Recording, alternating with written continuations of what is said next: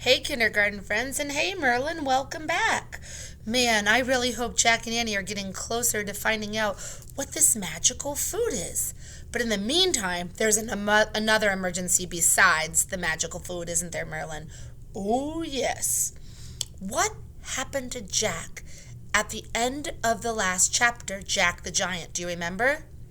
It was rather scary, Mrs. Norton. I would agree. Jack, did he grow bigger again or smaller?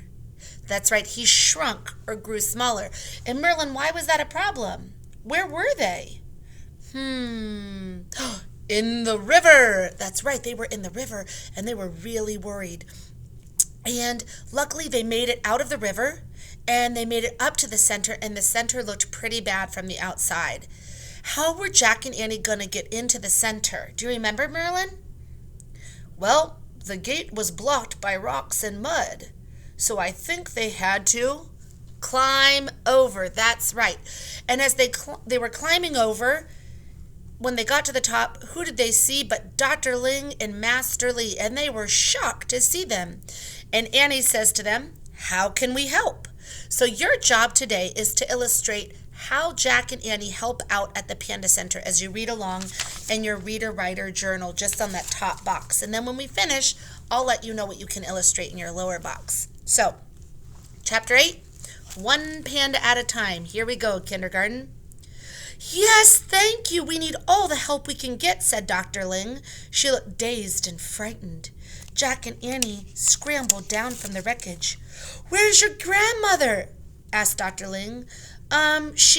Jack looked at Annie. "Helping earthquake victims south of here," said Annie.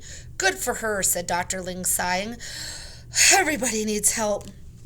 "This is a huge disaster for our region," said Master Lee. "We have no water or electricity. We've been able to make calls on cell phones, but we must conserve the batteries." "How's Bing Bing?" Jack asked. "She's missing," said Master Lee. His voice quavered. "Missing?" said Jack. "Yes," said Master Lee. "I can't find her anywhere." "Don't worry, we'll help you," said Annie. Master Lee's eyes welled with tears. "Thank you," he said. "She's like a member of my family." He took a deep breath and then spoke clearly and steadily. "The pandas are terrified by the quake and the landslide. Many of their homes have been destroyed. The stone walls around their yards have collapsed. We also have staff who have been injured," said Dr. Ling. "Master Lee and I must go now to help those who have been trapped in the rubble." "While you do that, we'll look for Bing Bing," said Annie. "Thank you," said Master Lee again, "but be very careful. Remember, she's a wild animal. She might be so upset and confused that she could attack you by mistake." "We'll remember. Come on, Jack," said Annie. "Oh, wait," said Dr. Ling. "So everyone will know you are here to help. Please put back on your volunteer clothes." She pointed to the bin. Then she and Master Lee hurried off. Jack and Annie grabbed their coveralls from the bin and pulled them on over their wet clothes. "Let's check around Bing Bing's house first," said Jack. He and Annie ran across the grounds over the shards of glass and fallen debris. They passed broken windows and cracked concrete walls. The kindergarten area was empty of cubs. The quake had overturned the swing set and slide. When Jack and Annie arrived at Bing Bing's house, they saw the stone wall enclosing her yard had crumbled. "She must have run off into the woods," said Jack. "We have to look for her," said Annie. Jack and Annie climbed over the collapsed wall. Then they scrambled over piles of shrubs and branches into the forest. "Bing Bing!" Annie called. "Bing Bing!" Jack echoed. They kept moving through the broken brush until Jack stopped. He grabbed Annie. "Shh," he said and pointed. Bing Bing was sitting in the middle of a fallen bamboo grove. Her forepaws rested in her lap. Her head sagged on her chest, and her eyes were closed. The giant panda was snoring. "She looks exhausted," said Jack. Annie smiled. "She doesn't look like she's going to attack us," she said. Bing Bing raised her head when she saw Jack and Annie and let out a bellow. "Don't be scared, Bing Bing," said Jack.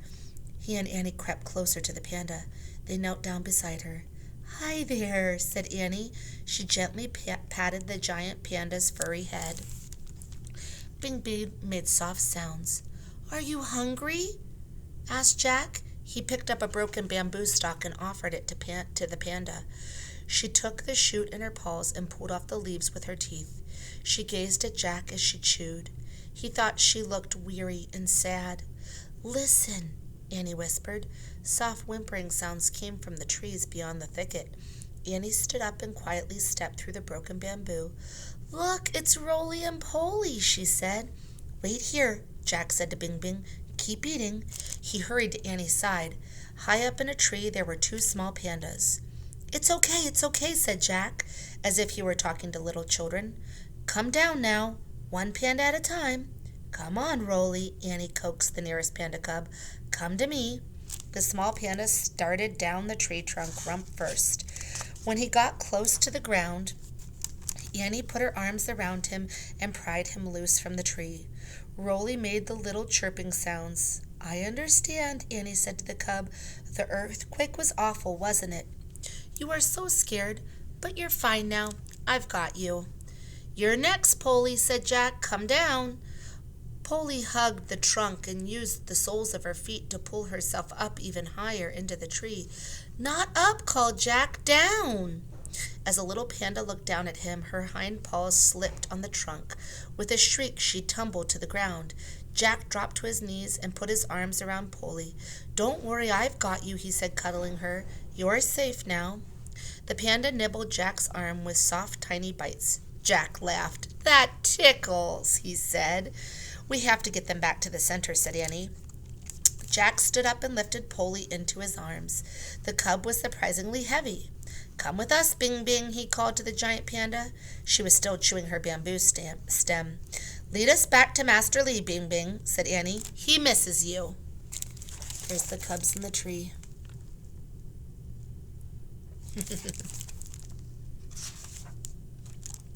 Bing Bing licked her paws. She stood on all fours and shook herself off like a dog. Then she started toward the Panda Center with her rolling gait. Jack and Annie carried the cubs through the brush until more whimpering panda sounds made them stop. "Wait, Bing Bing," called Jack. "Look," said Annie. A third cub, smaller than the other two, was peeking out from behind an old tree stump. "Hi there," said Jack. The cub rushed towards Jack, yipping like a puppy. He clasped Jack's legs and held on tightly, clutching Polly gently under his right arm. Jack bent down and put his left arm around the little panda.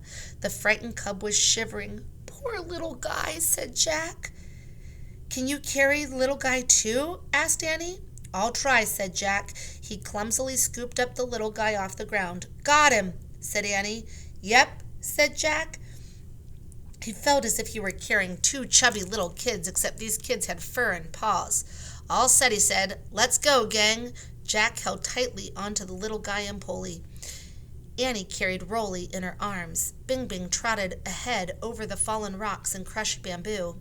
They all climbed over the ruins of the collapsed wall. Master Lee was standing in Bing Bing's yard. When he saw the panda, his face lit up. "Bing!" he cried and raced across the yard toward her. Bing Bing sat on her back legs and Master Lee grabbed her forepaws. "Oh, Bing, you're not hurt one bit, are you?" he said. He hugged the giant panda and laughed. Bing Bing made a snorting noise that sounded like laughter, too. Dr. Ling came running into the yard. "The missing cubs," she cried. "Where did you find them?" "Hiding in the trees," said Annie. The cubs made screeching sounds as if they were trying to tell Dr. Ling about their terrifying adventure. Dr. Ling smiled. "We'll take them to the nursery and give them milk to calm them down," she said. "We're using a smaller generator to keep the incubator going for the newborn." "Did you help everyone out of the rubble?" Annie asked her. "Yes, all the workers at the Panda Center are safe now," said Dr. Ling. "Just bruised and shaken. We are very fortunate, for we have word that other workers in the nature reserve are harmed or missing. Let us go." Before he went with Dr. Ling, Jack looked back. He saw Master Lee dancing with Bing Bing, holding her paws and rocking from side to side. "See you later, guys," Jack called, then followed Annie to the panda nursery. Inside, the tiny newborn panda was safe in her incubator. At least 10 small pandas were lying on their backs on a blanket on the floor. They were all drinking milk from baby bottles. "Oh, this is the cutest thing I've ever seen," cried Annie. Dr. Ling brought bottles for Rolly and Polly and Little Guy. The 3 cubs held their bottles with their forepaws. "We put a little sedative in the milk to help them go to sleep," said Dr. Ling. As the cubs sucked the bottles, a roaring sound filled the air. For a moment, Jack thought the noise was from another aftershock, but Dr. Ling smiled. "Ah, good," she said. "The helicopter has arrived." And that is all for right now. The next one is called Totally All Right. All right, so what you did is you drew pictures as I read about how Jack and Annie helped Dr. Ling and Master Lee save the pandas. Your next job is to watch a funny video of pandas. It's the one about building background knowledge, and you can illustrate what you thought was funny in the video. The baby pandas are so funny in the kindergarten, Panda Kindergarten. So I hope you enjoy it, and I can't wait to read chapter 9 to you tomorrow. Totally All Right.